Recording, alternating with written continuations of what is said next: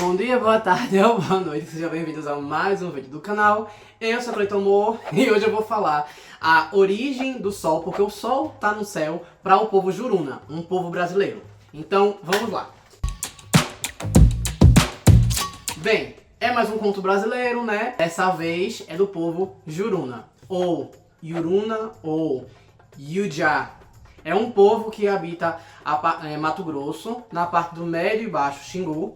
E também falam que tem no sudeste do Pará, numa região ali próxima, ali entre o centro-oeste e a região norte. E que falam que eles foram um dos principais povos que sofreram com os seringueiros, né? Com a invasão dos seringueiros na época. Então, enfim, só para contextualizar, né? E vamos agora, a história fala sobre Kuadê, que é o nome do sol quando ele habitava a terra. Kuadê era uma divindade, né, que ocupava a terra, e ele era casado e tinha 3 filhos. E eles moravam na floresta, num cantinho que tinha na floresta lá, uma parte mais isolada. Ele tinha uma armadilha que ele fazia que tinha água dentro. A história não diz com muita clareza como era esse tipo de armadilha, tá? Inclusive eu estou usando uma história que eu encontrei nesse livro aqui, tá certo? A armadilha era assim, tinha água dentro. E quando os animais chegavam lá para beber essa água, não conseguiam sair. Então devia ser algum barranco, alguma coisa assim, que afundava, ou coisa do tipo, e os animais não conseguiam sair. E ele abatia o animal com a borduna, que é um tipo de um tacape que ele tinha, que é mágico, tá? E ele batia, matava e levava para casa para eles se alimentarem. E ele fazia isso todo santo dia. Um belo dia, nessa armadilha, caiu um indígena, caiu um jovem Juruna. E ele ficou sem saber o que fazer e começou a ficar desesperado. Até que ele ouviu passos e foi ficando cada vez mais desesperado. Nesse desespero, ele decidiu se fazer de morto. Só que com tanto medo, com tanta aflição, ele se fazendo de morto, o coração dele praticamente parou. Do quê? Ele ficou num ritmozinho assim, ele ficou num estado de quase morto. E aí quando Kuadê, que é o sol, chegou, viu ele naquela situação, aí ele, já tá morto, eu não vou bater a borduna dele não, porque tá morto, não adianta. Aí pegou ele, colocou ele do cesto e foi levar pra casa. Só para se certificar a respeito da morte dele, ele pegou umas formigas e colocou dentro do cesto, para que mordessem ele. Porque se tivesse morto, ele não se mexeria, né? Ele não ia esboçar reação. A gente sabe que alguns indígenas, alguns povos, eles faziam um teste para saber se você já tinha saído da fase de criança e tinha chegado na fase adulta. E um desses testes que alguns desses povos fazem, não sei se deve fazer ainda, é o pé no formigueiro, né? Colocar o pé no formigueiro, na formiga saúva, alguma coisa desse tipo, para poder picar, e aí você tem que resistir à dor. Uma resistência à dor. Inclusive já vi até documentário sobre isso.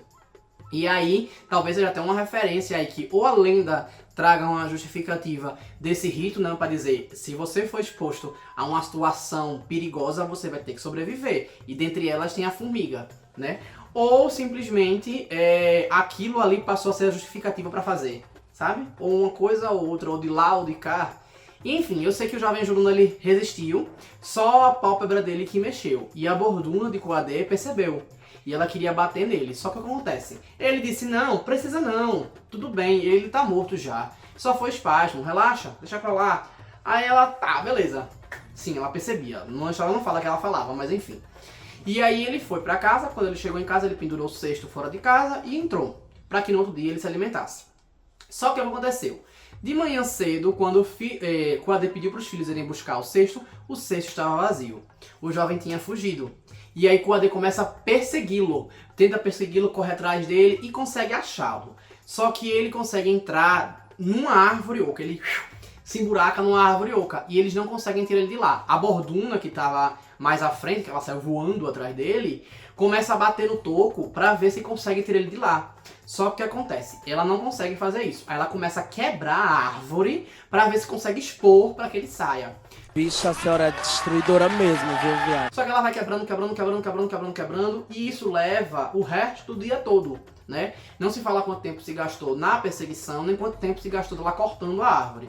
Pela história, dá a entender que a perseguição levou o dia inteiro porque ele estava longe da tribo dele, né? Então, ele deve ter sido alguma coisa ali. Só que acontece, ela pega, tora todo de um jeito que ele fique preso. A árvore cai, mas ele não tem pra onde sair e as coisas caem na frente, né? Aí quando o Kuwade percebe, ele pega e coloca uma pedra na frente da saída pra ele não conseguir sair, uma pedra grande. E ele vai pra casa, porque tava anoitecendo. Aí ele diz, amanhã a gente volta e abate ele. Muito bom, tá meio ruim também, tava ruim. Agora parece que piorou. Aí ela, beleza. E aí eles voltaram pra casa. Só que aí quando eles saem, alguns animais chegam próximos ali a ele para poder tentar ajudá-lo a sair de lá, né? Cutia, né? Paca, anta, enfim. As coisas estão chegando ali perto e vão dizendo assim, ó, vamos tentar ajudar, vamos tentar ajudar. Aí ele pede para elas tentarem cavar. Cervos também, falar tudo ali. Aí eles estão tentando cavar para ver se abrem um buraco, até que conseguem abrir um buraco. Kuwade coloca a cabeça, a mão para fora para identificar e fica empurrando, ajudando. Enfim, de um jeito ou de outro ele consegue sair com a ajuda dos animais. Ele foge e chega em casa. Kuwade não, minha gente. Juruna, o jovem Juruna. É porque esse homem não tem nome. Kuwade já tá em casa. Oh, meu Deus. Mas enfim. Aí ele consegue colocar a mão pra fora e sair. Aí esse jovem chega em casa, né? Ele já tinha fugido, ele chega em casa. Só que o que acontece? O sol, quando vai descobrir, fica retado com isso. Mas não vai até a tribo buscar ele. E aí ele conta pra tribo toda, ele conta pra mãe, pra os parentes, pra todo mundo, né? O que foi que rolou. E aí ele fica com certo medo de ser reconhecido. Então ele corta o cabelo e se empilha de forma diferente pra que não seja encontrado. E aí toda vez que ele vai caçar, ele não vai muito longe. Até que um belo dia, meio que ele deve ter esquecido. E vai um pouco mais longe. E aí Kuwade encontra ele. O jovem corre com medo. Tenta argumentar dizendo que não é ele, mas Kuwade diz, eu consigo lhe reconhecer, é você sim. Até que o jovem sobe num pé de najá e Kuwade fica batendo lá embaixo pra derrubar ele. Uma agonia só. E aí manda ele descer. Só que aí o jovem começa a pensar e faz assim, então é o seguinte, eu preciso pelo menos jogar os cocos daqui pra poder descer. Aí Kuwade faz, tudo bem. Aí o jovem joga um saco, Kuwade pega. Só que quando ele pega, ele fica sem ter como pegar mais, né? Aí o outro, ele vai e joga mais. Aí bate na cabeça de Kuwade cai morto. Ai! Aí nesse momento, a Burduna se transforma numa cobra e começa a escalar a árvore para ir atrás dele. O sangue de Kuwade que escorre vira vários animais peçonhentos, como aranhas, por exemplo. E aí eles também começam a subir a árvore para ir atrás do jovem. Só que aí o jovem Juruna faz o quê? Ele vai de uma árvore para outra, ele tenta fazer feito um macaco, até ele conseguir fugir. Quando ele chega em casa, ele comenta com a mãe que matou o sol. Né? Então eles não vão ter mais dia a partir daquilo. É como se Kuwade controlasse o sol, o sol fosse um avatar dele, ou ele fosse um avatar do sol, alguma coisa assim. Então ele controlasse o sol. A partir do momento que ele morreu, o sol não vai nascer mais. E aí todo mundo fica preocupado com isso. Ela faz, tá vendo, você não deveria ter ido pra lá pra não pegar briga e tal.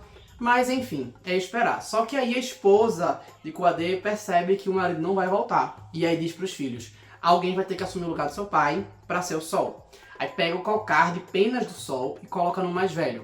O mais velho tenta, mas ele não consegue ir muito longe. O calor é muito grande pra ele e ele pega e volta logo. Ele não consegue ser representativo. Depois ela coloca no do meio.